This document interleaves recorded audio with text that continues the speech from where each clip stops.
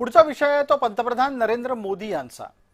युद्ध एका बाजूला तापलेलं असताना भारत या संपूर्ण स्थितीमध्ये अत्यंत तटस्थ भूमिका घेऊन सगळ्या परिस्थितीवर बारीक नजर ठेवून आहे। ही सगळी परिस्थिती एका बाजूला घडतीये आणि दुसऱ्या बाजूला भारतामध्ये गॅस तसंच इंधनाच्या पुरवठ्याबद्दल विविध शंका कुशंका जन्माला येत आहेत। मोदी या संबंधात काय म्हणाले ते आता पुढच्या भागात।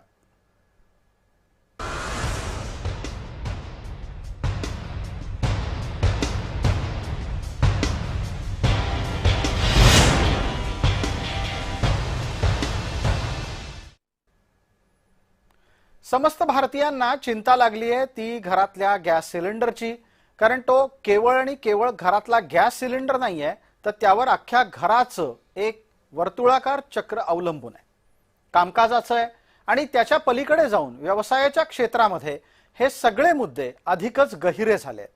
पंतप्रधान नरेंद्र मोदी यांनी याकडे दुर्लक्ष केलेलं नाही। इराण युद्ध आणि देशातील इंधन स्थिती यावर त्यांनी लोकसभेमध्ये वक्तव्य केलं।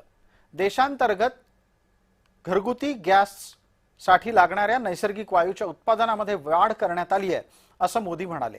एलपीजीचा तुटवडा कमी करण्यासाठी सरकार सर्वतोपरी प्रयत्न करत आहे असंही त्यांनी सांगितलं। भारत आपल्या नैसर्गिक वायूच्या गरजेच्या 60% वायू आयात करतो, ही माहिती त्यांनी दिली। पेट्रोल आणि डिझेलच्या बाबत सुद्धा महत्त्वाची माहिती देताना लोकांनी घाबरू नये, काळजी करू नये, परिस्थिती पूर्ववत लवकर होईल असं सांगण्याचा प्रयत्न केला, लोकांना धीर दिला। भारत यापूर्वी 27 देशांमधून तेल आयात करायचा, आता भारत 41 देशांमधून तेल आयात करतोय। भारतात तेलाचे 53 लाख टन इतके साठे उपलब्ध आहेत असं सांगून परिस्थिती आटोक्याबाहेर गेलेली नाही हे सांगायला मोदी विसरले नाहीत। दुनिया में जो कठिन हालात बने हैं उनका प्रभाव लंबे समय तक बने रहने की आशंका है। इसलिए हमें तैयार रहना होगा, हमें एकजुट रहना होगा।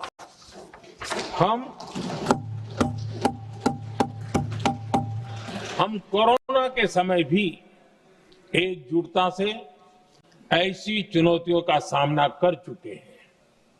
अब हमें फिर से उसी तरह तैयार रहने की आवश्यकता है। धीरज के साथ, संयम के साथ, शांत मन से हमें हर चुनौती का मुकाबला करना है। आव्हान आलंय तर घाबरून जायचं नाही, धैर्यानं त्याचा मुकाबला करायचा। हाच मोदींच्या वक्तव्याचा साधा सोपा अर्थ आहे आणि त्यासाठी त्यांनी कोरोना काळात भारतीयांनी एकजुटीनं कसं काम केलं याचा दाखला दिलाय। दरम्यान भारतामध्ये नैसर्गिक वायूची आयात कमी झाली आहे आणि म्हणून भारतानं पर्याय सुद्धा शोधायला सुरुवात केली आहे। दक्षिण अमेरिका खंडातल्या अर्जेंटिनातून भारत नैसर्गिक वायूची आयात करतोय। गेल्या 3 महिन्यामध्ये अर्जेंटिनातून भारतानं 50,000 टन एलपीजी आयात केलाय। लक्षात घेण्यासारखी बाब अशी आहे की भारतानं नैसर्गिक वायूची आयात करण्यासाठी आखाताच्या शिवायचे स्रोत युद्धाच्या आधीच शोधायला सुरुवात केली होती। 2025 मध्ये अर्जेंटिनाकडून आयात केलेल्या गॅसचं प्रमाण 10,000 टन इतकं सुद्धा नव्हतं। या संदर्भातला तपशील तुम्हाला निश्चित जाणून घ्यायला हवा। 2024 पर्यंत भारतानं अर्जेंटिनाकडून कधीच एलपीजी आयात केलेला नव्हता। 2025 मध्ये प्रथमच अर्जेंटिनाकडून भारताला नैसर्गिक वायूचा पुरवठा सुरू झाला। 2026च्या पहिल्या 3 महिन्यातच आयातीचं प्रमाण 50,000 टन इथपर्यंत पोहोचलं। नजीकच्या भविष्यात हे प्रमाण आणखी वाढेल। अर्जेंटिनातील वेगानं विस्तार करणाऱ्या गॅस उत्पादनाच्या क्षेत्रामुळे त्या देशालाही निर्यात वाढवणं आणि ती सुद्धा वेगानं वाढवणं शक्य आहे। पण तरीही आखाती देशांची जागा अर्जेंटिना घेऊ शकत नाही हे वास्तव आहे, पण तो पर्याय म्हणून समोर येतोय। त्यातलं पहिलं कारण असं की विस्तार होत असला तरी पण अर्जेंटिनाच्या गॅस उत्पादनाला मर्यादा आहेत। भारत ते दक्षिण अमेरिका हे अंतर बरंच आहे.